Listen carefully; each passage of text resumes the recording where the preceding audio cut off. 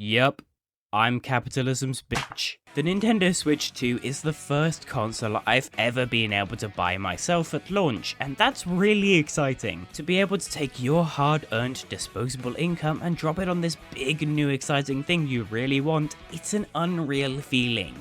Let's see how long it takes me to start bitching about it. The Switch 2 I got comes for the low price of Jesus! This was the super duper deluxe edition, so there's a lot in the box here. There's the console tablet itself, 2 Joy-Cons, Joy-Con straps, a Joy-Con grip, a HDMI cable, the AC adapter, and the new dock. But the bundle I picked up with also came with a download code for Mario Kart World, no physical edition sadly, an additional set of Joy-Cons, some Joy-Con wheels, and the Nintendo Switch 2 camera, because that's a thing. Honestly, shout out to Currys, man. Myself and 2 of my friends bought the Switch 2 through this bundle, and all 3 of us received the whole package on our doorsteps on the morning of the Switch 2's launch. The pre-order to launch timeline was a nightmare for a lot of people, so being able to secure a copy around early May was really nice, and worth a little bump in price. Busting out the console itself, the Switch 2 feels really great. The tablet itself is about 8 inches across compared to the 6.5 of the original model Switches, and they added an extra AC adapter slot to the top of the console so you can charge it while it's on the desk or in bed.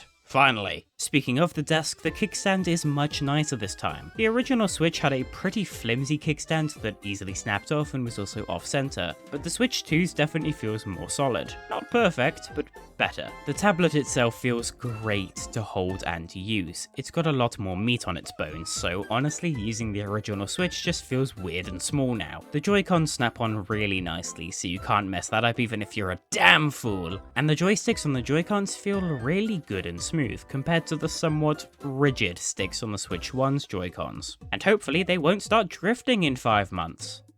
Hopefully. The Joy-Cons especially feel a lot better in tabletop mode. With the original Switch, a single Joy-Con could be a pretty uncomfortable way to play, but with the sized up controller and the bigger shoulder buttons, this feels a lot better now. The most innovative thing here is the fact that you can detach the Joy-Cons and use them as computer mice. I haven't really taken a good chunk of time out to really sink my teeth into this, but from what I've seen and what I've played, it's a decently fun way to play games like Fortnite. The screen displays at 1080p on the tablet alone, but can go up to 4K when docked, and even supports up to 120 FPS, which far exceeds my own personal expectations for what this thing would be able to manage. The colours are much more vibrant than the original Switch's screen, and while the home menu looks pretty much the same, a lot of functions are cleaned up and the eShop runs a lot better now than it ever did before. Unfortunately, the battery life isn't great with the Switch 2. While it is technically an upgrade, given the more demanding hardware in store here, the Switch 2's battery life is only about as long as the original Switch.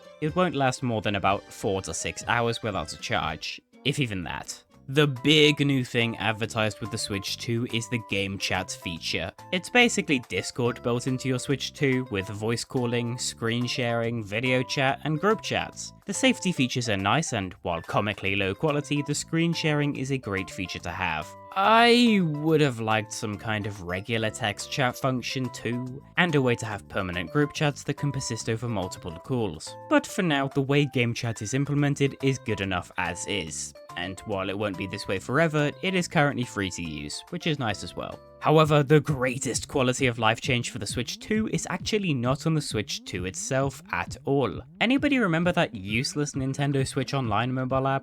Well, it just got a rebrand and it is actually useful now. You can easily transfer screenshots and video captures from the Switch 2 to your phone without having to use that whack Wi-Fi system or posting to Facebook, and you can add new friends and see what your friends are up to from within the app. You can even get notifications when your friends are online, and I think that is really great. I've been wanting this kind of integration for a long time, and admittedly I stopped believing it would ever happen, so I'm happy we finally got it. The Switch 2 has a pretty light launch lineup of games, with most of the focus being on Mario Kart World. So that's not what I'm going to talk about. Nintendo Switch 2 Welcome Tour is less a game and more a premium tech demo. This is an interactive guide designed to walk you through the new console's hardware, features, and capabilities. You can run around and collect stamps and play some neat mini-games like the original Super Mario Bros., but as you move, it slowly fills the screen's pixels, visualizing the difference between the original NES and the Switch 2's 4K pixels. That one's pretty cool. I don't have a 4K monitor though. I think this would have been better off as a free pack-in title that's already installed when you buy the console, but for like $5, it's fine. Nothing super special, and I wouldn't personally recommend it as anything more than a novelty, but fine. It's still better than 1-2 Switch. Mario Kart World is a fun game. Is it worth $80? I'm not sure, that's up to your own discretion, but personally I got more than $80 worth of entertainment hours out of the game and did not pay $80 for it. Alright, now I've got the obligatory price discussion out of the way, the game. Mario Kart World is a super solid time. It feels good to move and to race, the new tracks are really well designed and super pretty, the character roster is a little kooky and a little crazy, and I love it. I mean, yeah, I want to play as Fishbone, who doesn't? The art style is beautiful, I'm really loving that they're leaning more into the cartoony aspects of the Mario franchise, and the music, oh, this is basically an $80 soundtrack with the game included. The intermission sections where you drive from track to track are decently fun, but I do wish there was a greater focus on the traditional 3-lap tracks, which are pretty much exclusively relegated to versus races. Likewise, the open world mode is definitely a nice, chilled out experience to drive around in, the world has a lot to see, but I wish it had a little more to do than just hitting P-switches and collecting Peach medallions. When I was a kid, I loved just driving around Mario Kart Wii's tracks in time trials, just exploring.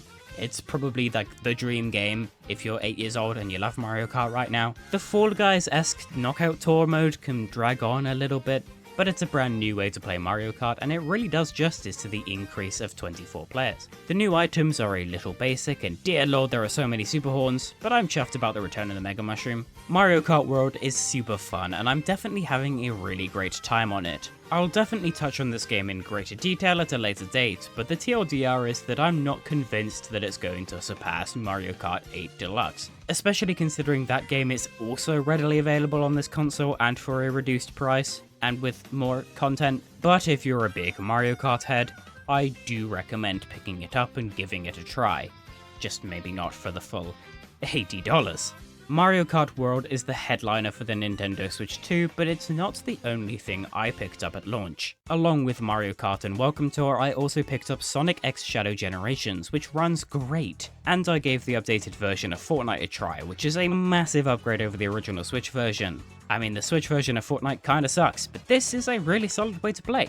I also gave the Switch 2 upgrade to The Legend of Zelda Breath of the Wild a little try. This isn't a crazy upgrade, basically just better load times, increased resolution and improved frame rate, but those small things do add on to make an already great game even greater. I got this for free through Nintendo Switch Online, but on its own it retails for about $8, which a lot of Switch games got free updates to improve some small things for the Switch 2, which is great, but then you have the paid upgrades for the 2 mainline Zeldas, which I'm just not so sure on.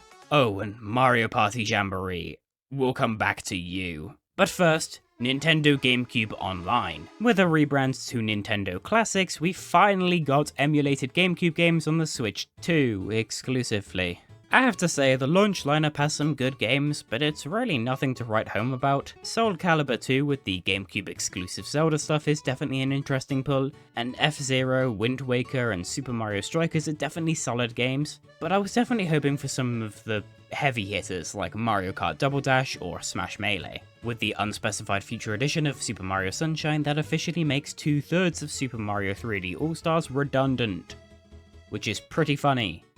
Why do I own this game? I was never the greatest user of Nintendo Classics series of offerings. It's something I really need to dip my toes into more considering the vast offerings available now. But GameCube is certainly the most exciting console edition yet. Being able to play with your friends online is a huge plus too. I don't see people talking about that very often. Heading into July, the big release this month was Donkey Kong Bonanza. I wasn't immediately sold on this game when it was first revealed at the end of the Switch 2 Direct. I mean, it looked pretty good, but then it was reported that it was being developed by the same people behind Super Mario Odyssey, so I decided to put my faith into it. And, well, it's a good game. It's got these big worlds and collectibles I loved in Odyssey, but with the addition of an almost entirely destructible environment. And honestly, I'm a little shocked more games don't utilize that idea. I don't think it would work for a theoretical Super Mario Odyssey 2, so using DK here was definitely the right move. Speaking of DK, I'm a big fan of his redesign in this game and Mario Kart World. Bonanza is definitely a good way to show off the increased power of the Switch 2.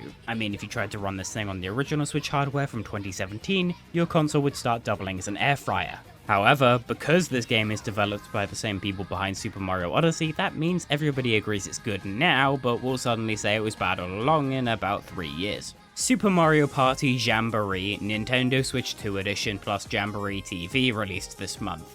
I didn't buy it. Firstly, woof, what a name. Secondly, okay, I get the idea of adding more minigames to support the Switch 2's unique features, especially over making a whole new game. But like, this game isn't even 1 year old. Why not just wait to release it, or add the minigames in a free update? Paying for a few extra minigames just doesn't seem worth it to me, especially for a game that's already got a decent amount of minigame content. I also picked up the Balatro Special Edition in July. This game isn't new or specific to the Switch 2, but I wanted to mention it because now it's a tax write-off. Also, this game is really fun and it looks super sharp and nice on the Switch 2's screen. The first 2 months of the Switch 2 have been pretty light for first-party releases, but let's be real, that's been the way for most consoles since, like, the 6th generation. There is a lot to look forward to though throughout the launch year and beyond, with some heavy hitters too, like Metroid Prime 4, Elden Ring, Drag X Drive I Won't Be Buying You, Kirby Air Riders, Borderlands 4, Hades 2, A New Hyrule Warriors, Splatoon Raiders, Tomodachi Life, and Hollow Knight Silksong might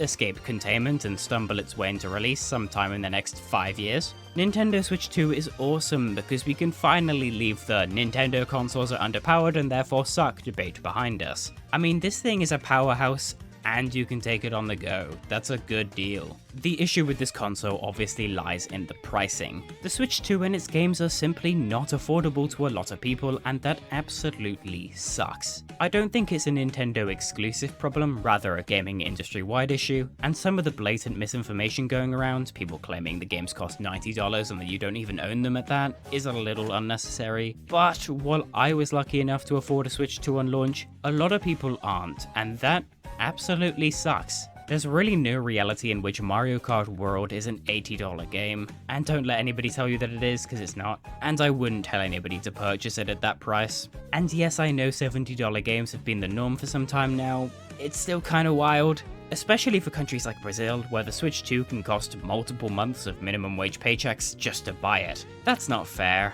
But also, just don't shame people for choosing to spend their hard-earned money on this. That's not cool, and you're not cooler or better than anyone for doing that. However, on a device level, the Switch 2 is really good, and that is my main takeaway at the end of the day. The library is maybe the strongest out of any console out right now, the new games coming out are looking really great, and the future is looking really bright. I may not be able to afford it, but damn it is it gonna be bright. Now to answer what I'm sure you're wondering by now, no, you don't need to play the last 40 years of Nintendo consoles to enjoy the Switch 2, but it helps to understand when they reference this Mario bloke.